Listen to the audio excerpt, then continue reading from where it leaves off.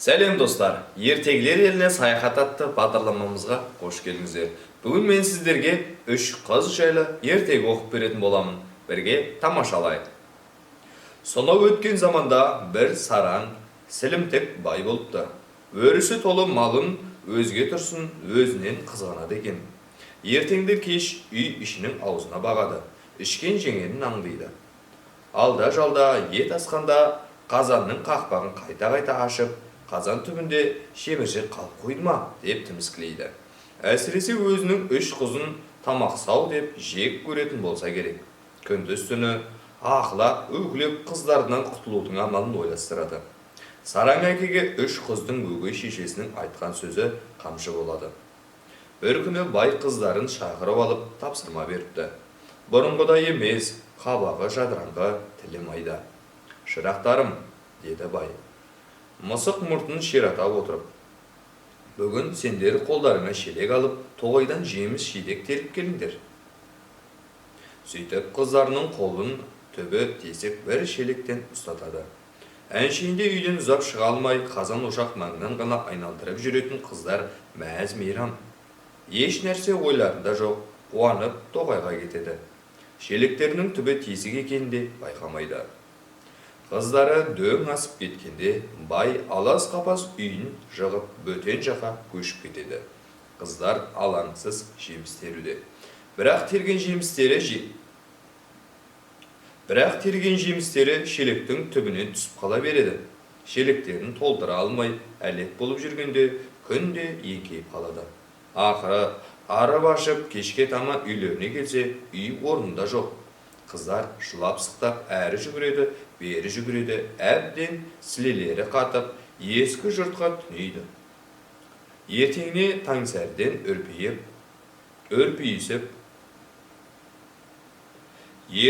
таңсәрден үрпейісіп түрегеледі.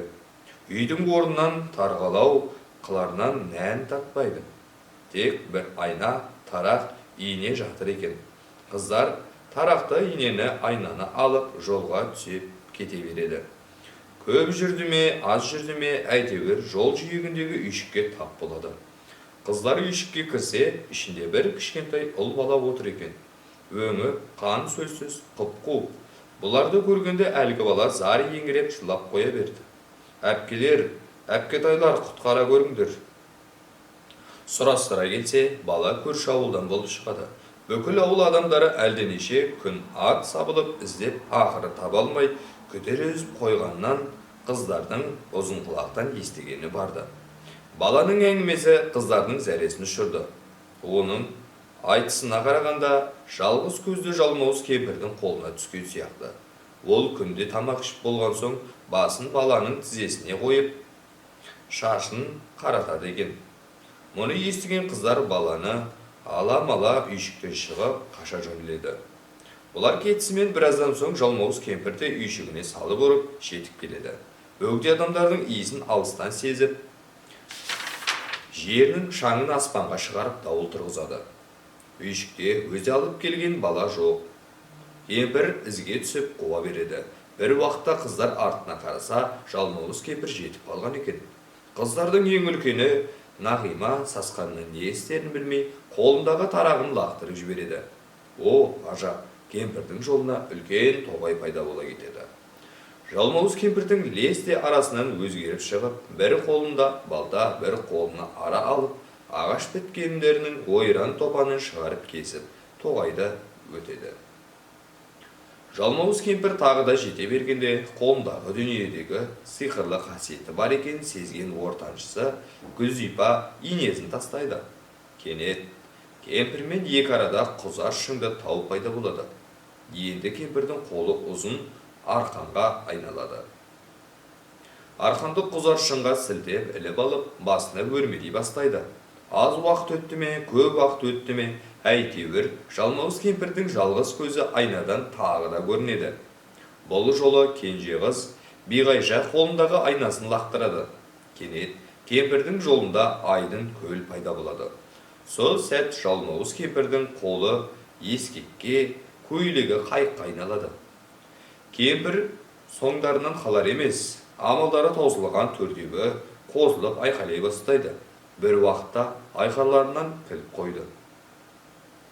Құлақтарына жер көкті солқылдатқан дүбір шалынды. Әне-міне дегенше тұлпар мінген 3 батыр жігіт аттарын ойнақтатып жетіп келеді. Сөйтсе, баланың ағалары әлі де кенже інілерін іздестіріп аттан түспеген екен. Аттарынан апыл-ғұпыл түсе қалған үшеуі баланы қоршап алып сүйіп жатыр. Қыздарды көріп, мына үшеуі баланы алып қашқан жез тырнақтар болуы керек, деп қынаптарынан алмас қылыштарын суырып алады. Сонда Нағима тұрып: «Оу, жігіттер, батыр болсаңдар, ана жалмауызға қайраңдар қылыштарыңды», деді. Жалмауыз кемпірде таяп қалған екен. Баланың үлкен ағасы Айдар орамсаққа қол салды. Сұр жебені қол қалды. Садағын шірене тартып тұрып, кемпірдің тура маңдайына көздеді. Садақты тартып жібергенде судың беті астан кестен болды да қалды. «Жарадың, батыр», деді Нағима сүйсініп. Айдар ізет көрсетіп, Нағима мен кенже інісін былайырақ алып шықты да: «Ал, Хайдар, аянба жаным», деді. Сонда ортаншысы Хайдар шашақтың найзасын қолына алды. Жалмауыз көзінен айырылса да берілер емес. Емек тұмсығын қорс-қорс иіріліп жүріп, судың сүріне қабына шықты. Сол мезетте жалмауыздың қолы ұзын найзаға айналып кетіп еді. Хайдар дәл қарыннан салып жіберді. Жалмауыздың найзаға айналып қолы барып бір жартасқа кірш етіп кірді де кетті. Кемпір қолын шығара алмай, өгіріп бақырып әлек: «Жарадың ерім», деді Хайдардың қас қақтырмас шапшаң қимылына таң қалған Гүлзипа. «Кәне Жанайдар, сілтеп қал кезегің келгенде», деді Хайдар кішіресіне. Өзі Гүлзипаның қолынан алып, Айдардың қасына барып тұрды. Жанайдар да жайбарақат емес екен, тұлпарынан отырып үлгеріпті. Құйындай ұшыртып келіп, жалмауыздың басын қағып түсірді. «Қаран деп осындай жігіттерді айтар болар», деді Биғайша күлімсіреп. Бұлар да қол ұстасып аға-апалардың қасына барып тұрды. Сол-ақ екен, көл тартылып, манағы айна Биғайшаның алақанына шықты. Көз ұшындағы тау аласаларып барып жоғалды да, оның есесіне мана лақтырған ине Гүлзипаның қолына, қамзолының омырауына орын табады. Ол анадай мұнартқан тоғай тып-типыл болды да, Нағиманың шашына түйірлігін әдемі тараққа айналды. Осы ертегідей ғажайыптарды біреу әңгіме етіп айтса, әрине апалы сіңілі 3 қыз бұлардың біріне де нан басар емес. Бірақ та бір нәрсеге көздері анық жетті. Ол жақсылықтың күші жамандықтан қуаттырақ екен. Соған түсініп, жастар шат тұрмыс құрып, мұраттарына жетеді. 3 ағасы мен 3 жеңгесі алақанға салып, әлпештеген бала да күшіне ақылды сай азамат болып ер жетіпті. Я достар, осымен біздің ертегіміз аяқталды. Әр аптаның сәрсенбі күні жолыққанша аман сау болайық.